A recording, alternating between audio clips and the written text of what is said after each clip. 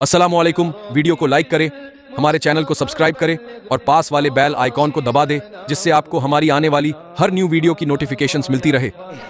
हमें कपड़ों की बुनियाद पे इज्जत नहीं मिली, हमें टीप टाप की बुनियाद पे इज्जत नहीं मिली, हमें मुरक्कन गिज़ाओं की बुनियाद पे इज्जत नहीं मिली।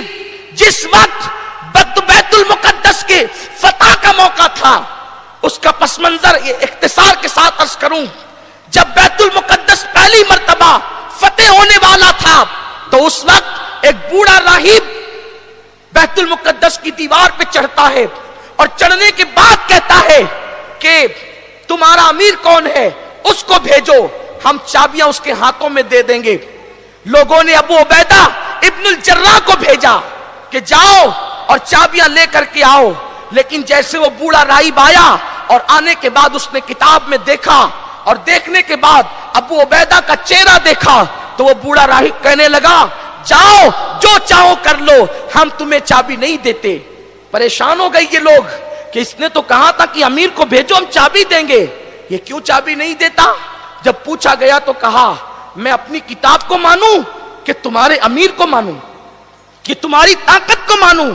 मेरी किताब जो इल्हामी किताब है, उसमें लिखा हुआ है कि मुसलमानों का जो अमीर, जिसके गाल अंदर को होंगे, जिसकी दाढ़ी लंबी होगी, जिसकी आंखें अंदर को धसी होगी, जिसकी उंगलियां बड़ी बड़ी होगी और जिसकी उंगलियों पे गोश्त कम होगा, जो दुबला पतला होगा, पिंडली के ऊपर जिसकी जो है वो तहबंद होगी, उसके और उसका रंग सुर्ख होगा, उसको ये चाबी दी जाएगी। और वो ना होगा तो दुनिया की कोई ताकत बैतुल मुकद्दस को फतह नहीं कर सकती। तो जब ये निशानी उसने पढ़ना शुरू की तो सहाबा मुस्कुराने लगे। क्यों? क्योंकि ये सारी निशानियां अमीरुल मोमिनीन सैयदना उमर इब्न खत्ताब की निशानी थी। तो लोग कहने लगे, हम तो लश्कर का अमीर समझ रहे थे, लेकिन ये बूढ़ा तो मोमिनों के अमीर को तलब कर रहा है। और जब ये बात खत में लिखी गई अमीरुल मोमिनीन सैयदना फारूक आजम को, आप आए, आने के बाद अमीरुल मोमिनीन फारूक आजम की शान से आए। बड़ी मशहूर बात है, उसको दोहराता नहीं, इशारा सिर्फ करता हूं। एक ऊँटनी थी उस मोमिनों के अमीर के पास। हालांकि एक मुल्क से दूसरे मुल्क को जा रहे हैं, बुलाने पे जा रहे हैं, इल्हामी किताब में तस्करा है, अल्लाह की किताब में जिसका तस्करा है, बड़ा राहिब तलब कर रहा है। तो किस कर्रो फर के साथ जाना था, लेकिन अपनी खुद की ऊँटनी पर जा रहे हैं। एक ऊँटनी, थोड़ी देर मालिक, थोड़ी देर गुलाम। और जब बैतुल मक़दिस करीब आया तो गुलाम बैठा हुआ है। फारूक आजम ने जो चमड़े के मोजे पहने हैं वो फटे हुए हैं, और वो फटे हुए मोजे पैर में तो नजर नहीं आ रहे थे कि फटे, लेकिन बीच में एक नाला आ गया पानी का, तो वो चमड़े के मोजे निकाले और निकालने के बाद अपने कंधों पे डाले। तो कंधों पे डालने की वजह से जो फटे हुए मोजे थे वो नजर आने लगे कि फटे हुए हैं। अबू उबैदा इब्नुल जर्राह और खालिद बिन वलीद आपस में बातें कर रहे हैं, हज़रत क्या कर रहे हैं ये, अमीरुल मोमिनीन ये क्या कर रहे हैं। वो फटे हुए मोजे पैर में थे तो छुपे थे, एक कंधों पे डाल दिए तो नजर आ रहे हैं, इन पे क्या असर पड़ेगा, इन पे क्या रौब होगा, क्या दबदबा होगा। अमीरुल मोमिनीन जैसे ही पार गए, कान में अबू उबैदा ने कहा, हजरत आपने ये क्या किया, पूरा बैतुल मक़दिस आपका मुंतजिर है कि मोमिनों का अमीर कौन आ रहा है, और आप इस तरह फकीराना शान से आ रहे हैं।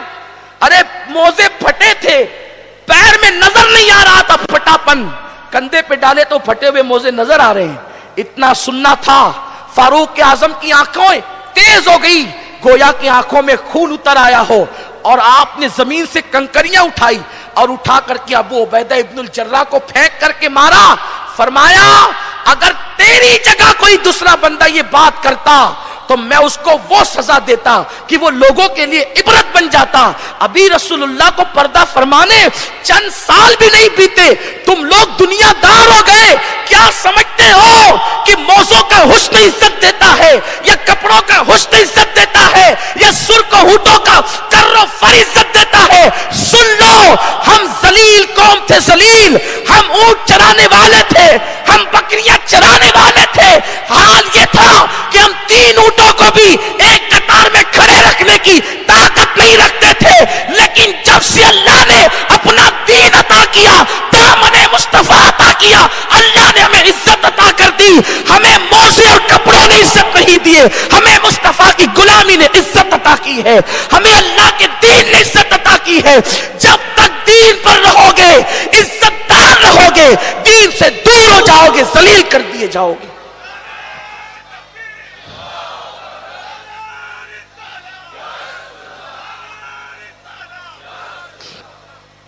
دین کو چھوڑ کر عزت ڈھونڈنے والوں، عزت کہاں ہے؟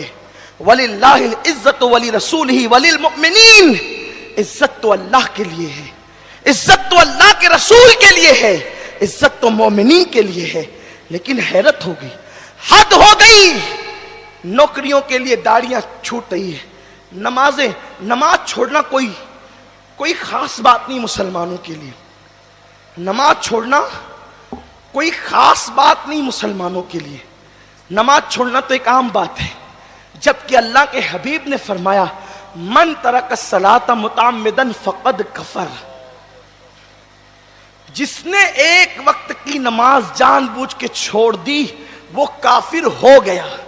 حدیث کا جو ہے وہ لغوی اور لفظی معنی یہی ہے. حالانکہ پھر اس کی ترجمانی میں تاویلاً ہم یہ کہتے ہیں احناف کہ جس نے ایک وقت کی نماز چھوڑ دی وہ کفر کی حد تک پہنچ گیا. لیکن یہ ہم کہتے ہیں، حضور علیہ السلام کی حدیث کا لفظی معنی یہی ہے متعمدن فقد کفر، وہ کافر ہو گیا. اسی لیے غوث الاعظم دستگیر جو حنبلی المسلک ہیں ان کا فتویٰ یہی ہے کہ جو ایک وقت کی نماز جان بوجھ کر چھوڑے وہ کافر ہو گیا. اب آپ مجھے بتائیں، ہم کہتے ہیں کہ فلاں مفتی صاحب نے فلاں پہ کفر کا فتویٰ لگایا اس لیے ہم اس کو مسلمان نہیں مانیں گے. جس پر غوث پاک نے کفر کا فتویٰ لگایا اس کے بارے میں کیا ہے؟ میں یہ نہیں کہتا آپ کو کہ اس لوگوں کو کافر مانتے چلے جاؤ یا کافر، یہ نہیں کہتا. لیکن سوچو تو اگر فیصلہ قیامت میں غوث پاک کے فتوے کے مطابق کیا گیا تو ہمارا شمار کس میں ہوگا؟ آپ مجھے بتائیں ہمارا شمار کن لوگوں میں ہوگا؟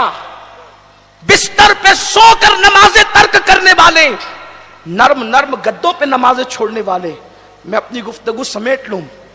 اس عورت نے کہا کہ نماز کے وقت میں کوئی کام نہیں کروں گی، یعنی وہ نماز پڑھے گی اور اکیلی رہوں گی، ان کی فیملی کے ساتھ نہیں رہوں گی، یعنی الگ رہنا ہے.